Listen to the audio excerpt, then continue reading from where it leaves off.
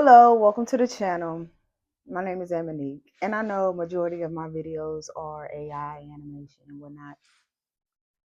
But last night I was sleeping, and I just had a vision of me just reading directly out of the book. So I'm gonna mix them up. Some videos I will do continue with AI and animation, and I also will mix in videos of me just reading directly out of the book. It came to me, so I'm gonna execute it. And yeah, so here we are. I decided for the first time doing a video like this, I'm gonna read out of one of my favorite books, The Alchemist.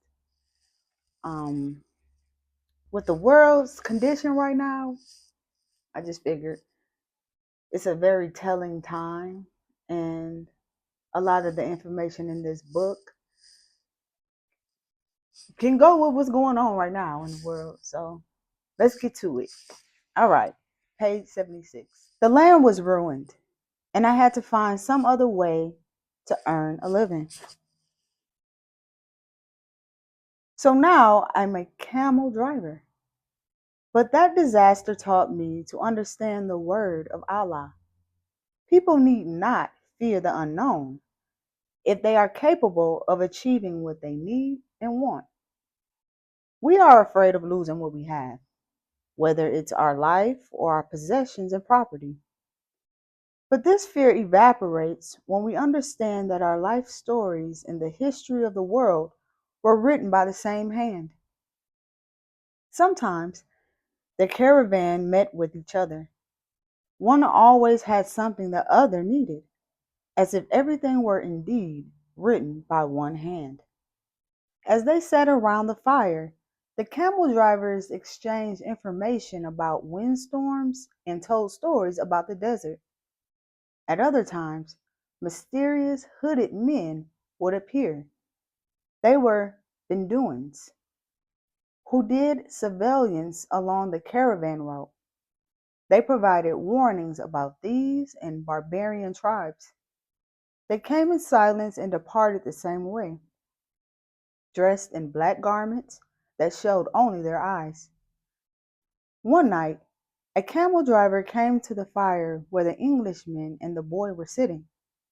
There are rumors of tribal wars, he told them. The three fell silent.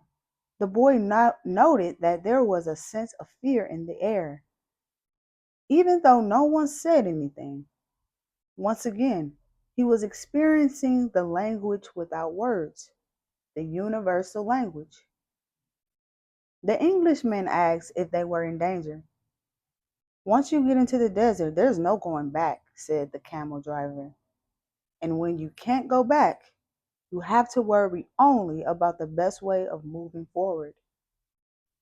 The rest is up to Allah, including the danger. And he concluded by saying the mysterious word, Maktub.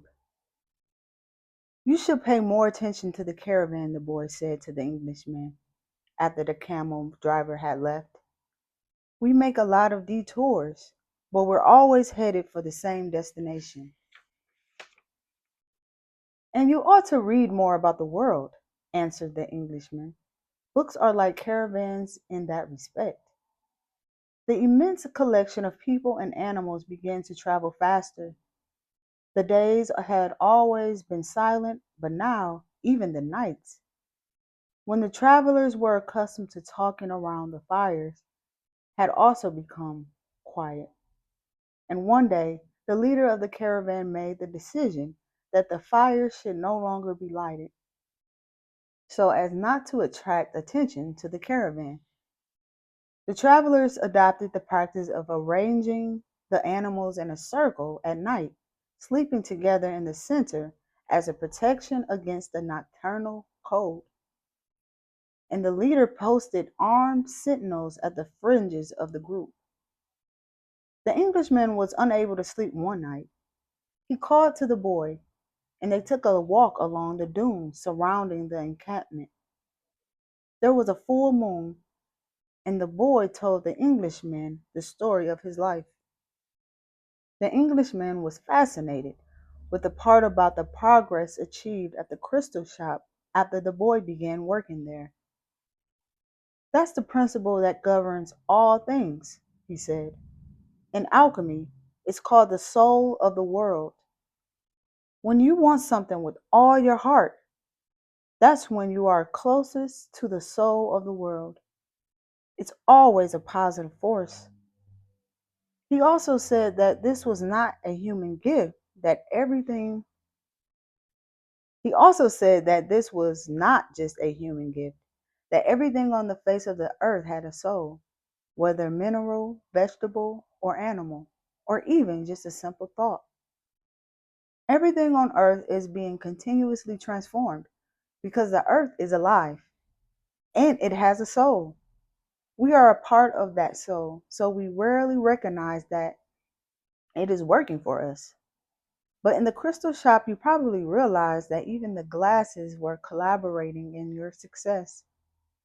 The boy thought about that for a while as he looked at the moon in the bleached sands.